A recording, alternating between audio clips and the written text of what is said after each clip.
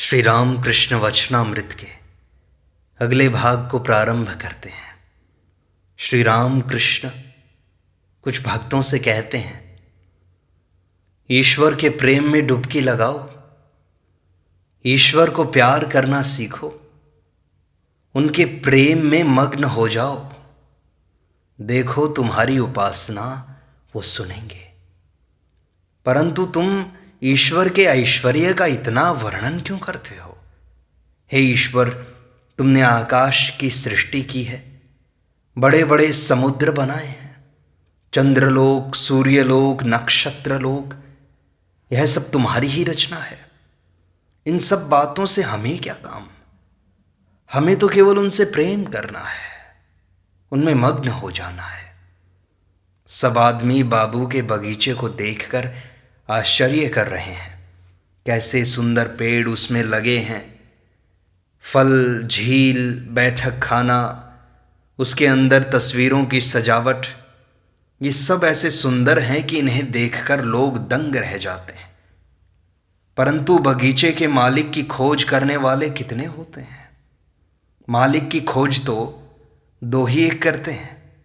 ईश्वर को व्याकुल होकर खोजने पर उनके दर्शन होते हैं, उनसे आलाप भी होता है, बातचीत होती है। जैसे मैं तुमसे बातचीत कर रहा हूँ, सत्य कहता हूँ, उनके दर्शन होते हैं। यह बात मैं कहता भी किससे हूँ और विश्वास भी कौन करता है? क्या कभी शास्त्रों के भीतर कोई ईश्वर को पा सकता है? शास्त्र को पढ़कर अधिक से अधिक अस्थि का बोध होता है, परंतु स्वयं जब तक नहीं डूबते हो तब तक ईश्वर के दर्शन नहीं हो सकते। डुबकी लगाने पर जब वे खुद समझा देते हैं तब संदेह दूर हो जाता है।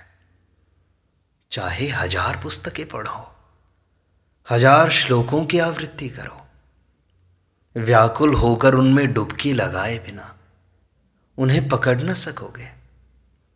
कोरे पांडित्य से आदमियों को ही मुग्ध कर सकोगे, भगवान को नहीं। शास्त्रों और पुस्तकों से क्या होगा?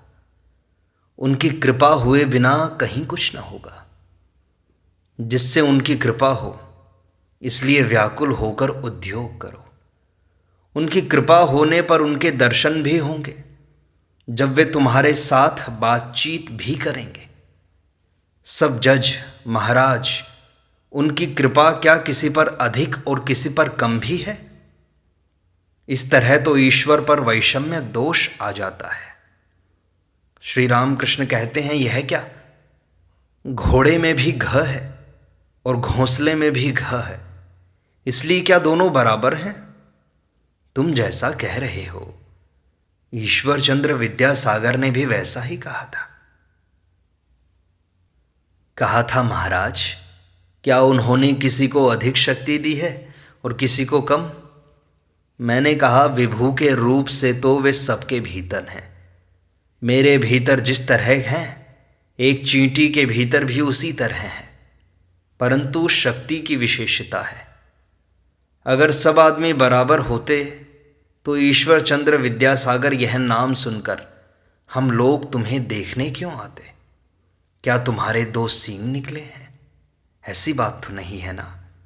तुम दयालु हो, पंडित हो, ये सब गुण तुम में दूसरों से अधिक हैं, इसलिए तुम्हारा इतना नाम है। देखो ना, ऐसे आदमी भी हैं जो अकेले 100 आदमियों को हरा दें, और ऐसे भी हैं कि एक के बहे से ही भाग खड़े हों। अगर शक्ति की विशेषता न होती तो लोग केशव को इतना मानते कैसे? गीता में है, जिसे बहुत से आदमी जानते और मानते हैं, चाहे विद्या के लिए हो या नाच गाने के लिए, लेक्चर देने के लिए या अन्य गुणों के लिए, निश्चय पूर्वक समझो उसमें ईश्वर की विशेष शक्ति है। भक्त कहते हैं, ये जो कहते हैं आप मान लीजिए। श्री राम कृष्ण कहते हैं, तुम कैसे आदमी हो? बात पर विश्वास न करके सिर्फ मान लेना, कपट आचरण। देखता हूं तुम ढोंग करने वाले हो। भक्त कहता है कि महाराज, क्या संसार का त्याग करना होगा? श्री राम कृष्ण कहते हैं, नहीं, तुम्हें त्याग क्यों करना होगा? संसार में रहकर ही हो सकता है, परंतु पहले कुछ दिन निर्जन में रहना पड़ता है। निर्जन में रहकर ईश्वर की साधना करनी पड़ती है। घर के पास एक अड्डा बनाना पड़ता है, जहाँ से बस रोटी खाने के समय घर आकर रोटी खाई जा सके।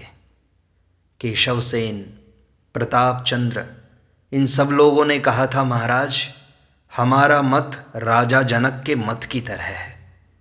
मैंने कहा, कहने ही से कोई राजा जनक नहीं हो जाता। पहले जनक ने सिर नीचे और पैर ऊपर करके एकांत में कितनी तपस्या की थी। तुम लोग भी कुछ करो, तब राजा जनक हो जाओगे। अमुक मनुष्य बहुत जल्दी अंग्रेजी लिख सकता है, तो क्या एक ही दिन में उसने अंग्रेजी लिखना सीखा था? वह गरीब का लड़का है, पहले किसी के यहाँ रहकर भोजन पकाता था और खुद भी खाता था। बड़ी मेहनत से उसने अंग्रेजी सीखी थी, इसलिए अब बहुत जल्दी अंग्रेजी लिख सकता है। मैंने केशव सेन से कहा, ये भी कहा था, निर्जन में बिना गए कठिन रोग अच्छा कैसे होगा? रोग है विकार, और जिस घर में विकारी रोगी है, उसी घर में अचार, इमली और पानी का घड़ा है, तो अब रोग कैसे अच्छा हो सकता है?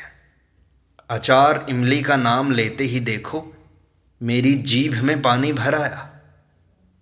इनके सामने रहते हुए कभी रोग अच्छा हो सकता है क्या? सब लोग जानते तो हो, पुरुष के लिए स्त्री अचार और इमली है, और भोग वासना पानी का घड़ा।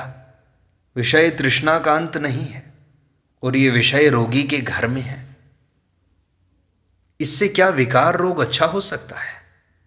कुछ दिन के लिए जगह छोड़कर दूसरी जगह रहना चाहिए, जहां न अचार हो, न इमली और न पानी का घड़ा। निरोग होकर फिर उस घर में जाने से कोई भय न रह जाएगा। उन्हें प्राप्त करके संसार में आकर रहने से फिर कामिनी कांचन की दाल नहीं गलती। तब जनक की तरह निर्लिप्त होकर रह सकोगे, परंतु पहली अवस्था में सावधान होना चाहिए। बिल्कुल निर्जन में रहकर साधना करनी चाहिए। पीपल का पेड़ जब छोटा रहता है, तब उसे चारों ओर से घेरे रखते हैं कि कहीं बकरी न चढ़ जाए, परंतु जब वह बढ़कर मोटा हो जाता है, तब उसे घेरे रखने की आवश्यकता नहीं रहती। फिर हाथी बांध देने पर भी पेड़ का कुछ नहीं बिगड़ता। अगर निर्जन में साधना करके, ईश्वर के पाद पद्मों में भक्ति करके बल बढ़ाकर घर जाकर संसार करो, तो कामिनी कांचन फिर तुम्हारा कुछ न कर सकेंगे। निर्जन में दही जमाकर मक्खन निकाला जाता है। ज्ञान और भक्ति रूपी मक्खन अगर एक बार मन रूपी दूध से निकाल लो, तो संसार रूपी पानी में डाल देने से वह निर्लिप्त होकर पानी पर तैरता रहेगा।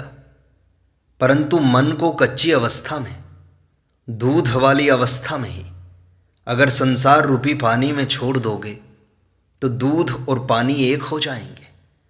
तब फिर मन निर्लिप्त होकर उससे अलग न रह सकेगा। ईश्वर प्राप्ति के लिए संसार में रहकर एक हाथ से ईश्वर के पाद पद्म पकड़े रहने चाहिए और दूसरे हाथ से संसार का काम करना चाहिए। जब काम से छुट्टी मिले, तब दोनों हाथों से ईश्वर के पाद पद्म पकड़ लो। तब निर्जन में वास करके एकमात्र उन्हीं की चिंता और सेवा करते रहो। भक्त आनंदित होकर कहते हैं, महाराज, यह तो बड़ी सुंदर बात है। एकांत में साधना तो अवश्य ही करनी चाहिए। यही हम लोग भूल जाते हैं। सोचते हैं एकदम राजा जनक हो गए, संसार का त्याग करने की जरूरत नहीं, घर पर रहकर भी लोग ईश्वर को पा सकते हैं। यह सुनकर मुझे शांति और आनंद हुआ।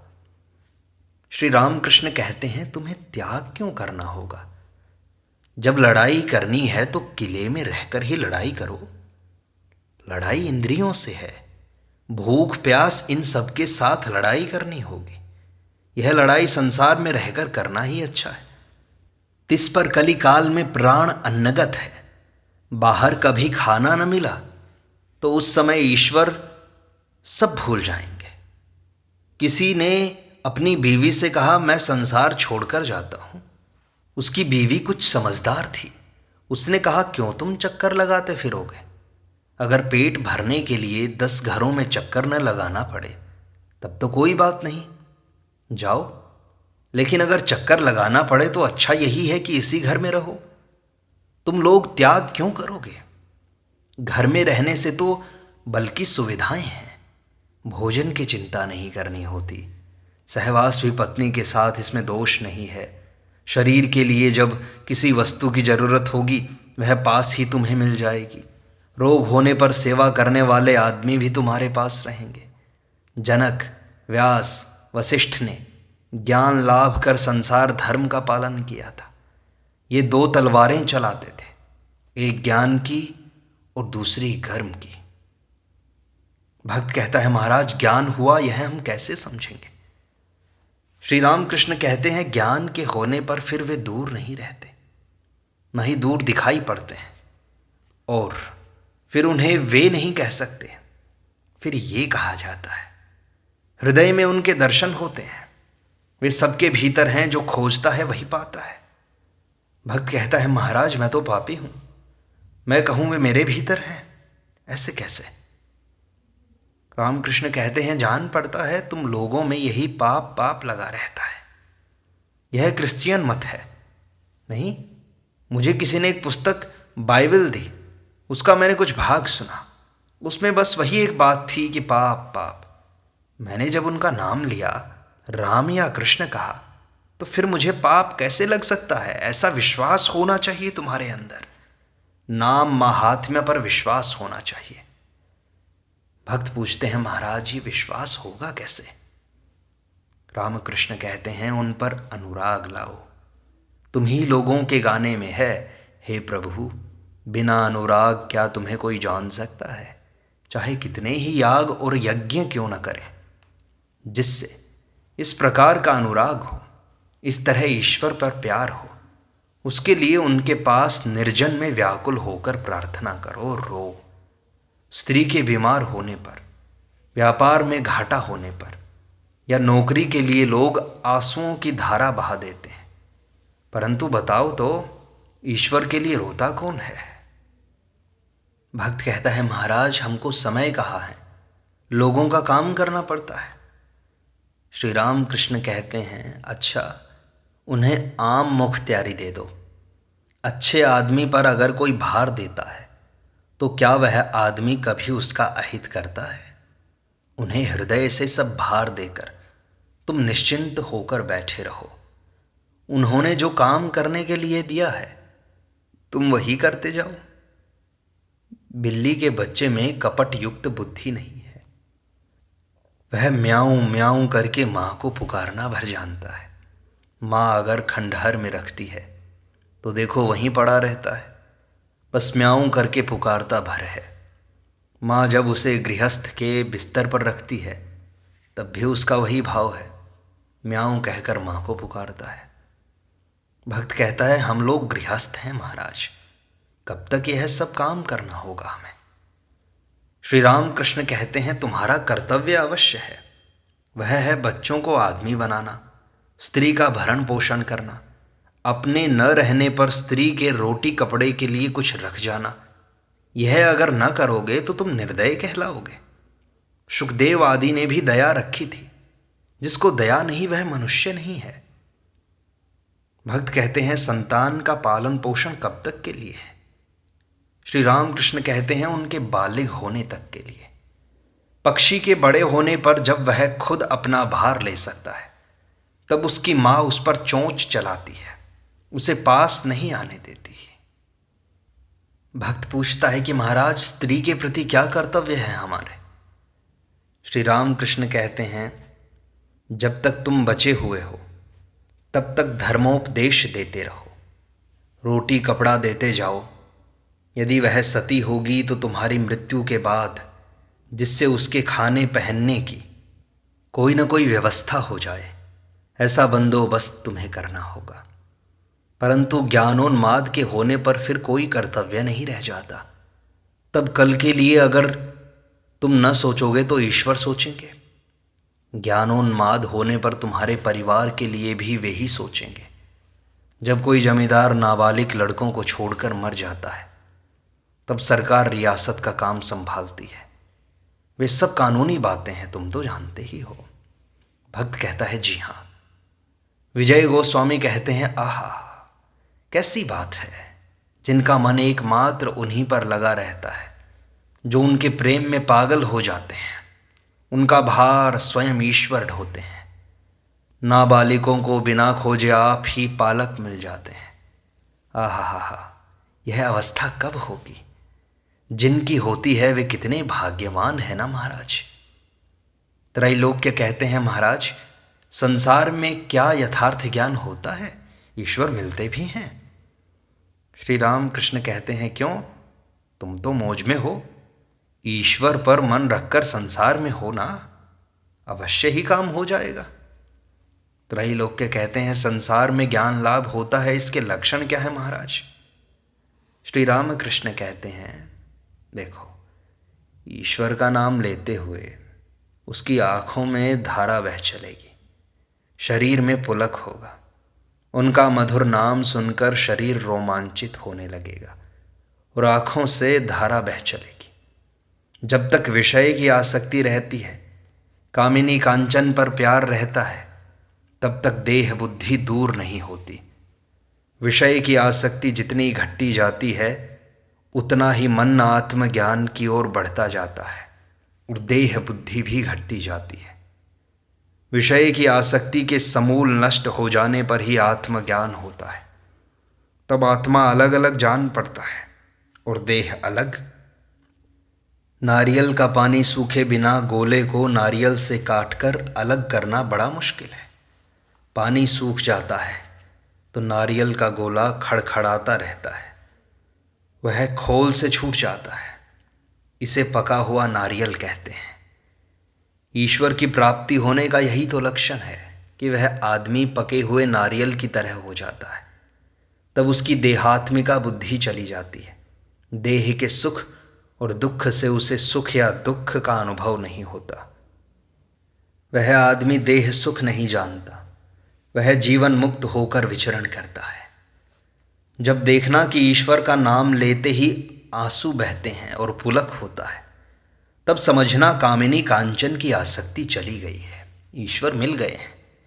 दिया सलाई अगर सूखी हो तो घिसने से ही जल उठती है, अगर भीगी हो तो चाहे 50 सिलाई घिस डालो, कहीं कुछ ना होगा। सलाइयों की बर्बादी करना ही तो है। विषय रस में रहने पर, कामिनी और कांचन में मन भीगा हुआ होने पर ईश्वर की उद्दीपना नहीं होती। चाहे 1000 उद्योग करो, परंतु सब व्यर्थ होगा। विषय रस के सूखने पर उसी क्षण उद्दीपन होगा। त्रैलोक्य पूछते हैं विषय रस को सुखाने का अब उपाय कौन सा है महाराज? श्री राम कृष्ण कहते हैं माता से व्याकुल होकर कहो, उनके दर्शन होने पर विषय रस अपने आप सूख जाएगा। कामिनी कांचन की आसक्ति सब दूर हो जाएगी। अपनी मां है ऐसा बोध हो जाने पर इसी समय मुक्ति हो जाएगी। वे कुछ धर्म की मां थोड़े ही हैं, अपनी मां है, सगी मां। व्याकुल होकर माता से कहो, हठ करो उनसे। बच्चा पतंग खरीदने के लिए माता का आंचल पकड़कर उससे पैसे मांगता है, हठ करता है, दुराग्रह भी करता है कि मुझे पैसे दो, अधिकार जमाता है। मां कभी उस समय दूसरी स्त्रियों से बातचीत करती रहती है, पहले किसी तरह पैसे देना ही नहीं चाहती। कहती है नहीं, तुम्हारे पिताजी मना कर गए, आएंगे तो कह दूंगी। पतंग लेकर एक उत्पात खड़ा करना चाहता है क्या? पर जब लड़का रोने लगता है, किसी तरह छोड़ता नहीं, तब मां दूसरी स्त्रियों से कहती है तुम जरा बैठो, इस लड़के को बहलाकर मैं अभी आई। यह कहकर चाबी लेकर झटपट संदूक खोलती है और एक पैसा बच्चे के आगे फेंक देती है।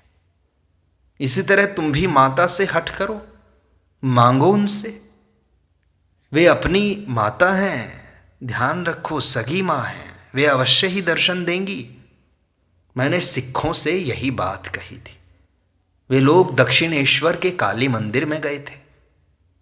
काली मंदिर के सामने बैठकर बातचीत हुई थी। उन लोगों ने कहा था ईश्वर दयामय है। मैंने पूछा भाई क्यों दयामय है? उन लोगों ने कहा क्यों महाराज, वे सदा ही तो हमारी देखरेख करते हैं, हमें धर्म और अर्थ सब दे रहे हैं, खाने को देते हैं। मैंने कहा अगर किसी के लड़के बच्चे हों तो उनकी खबर, उनके खाने पीने का भार उनका बाप न लेगा तो क्या गांव वाले आकर लेंगे क्या? भक्त पूछता है महाराज तो क्या वे दयामय नहीं हैं? श्री रामकृष्ण कहते हैं बिल्कुल हैं, क्यों नहीं है। वह एक बात उस तरह कहने की थी कि जब हम उन्हें अपना मानेंगे तो हम उन पर अधिकार जमा सकेंगे, उनसे हठपूर्वक कुछ भी मांग सकेंगे, उनसे कहेंगे कि तुमने पैदा किया है, तुम ही तो हमारा भरण पोषण करोगे। वे तो अपने परमात्मीय है ना, उन पर हमारा जोर चलता है। अपने आदमी से तो ऐसी बात भी कही जा सकती है, पर पहले तुम्हें ईश्वर को अपना मानना तो पड़ेगा। तुम उन्हें अपना मानते नहीं हो और कहते हो कि वे हमें मिल जाएंगे, तो कैसे मिलेंगे? प्रेम तो करो, आत्मीयता तो बढ़ाओ उनसे, तभी जाकर कहीं वो तुम्हें दर्शन देंगे। आत्मीयता आवश्यक है, प्रेम आवश्यक है, प्रार्थना आवश्यक है, भक्ति आवश्यक है। इस प्रकार श्री रामकृष्ण वचनामृत का यह भाग संपूर्णता को प्राप्त होता है। शेष अगले अंक में।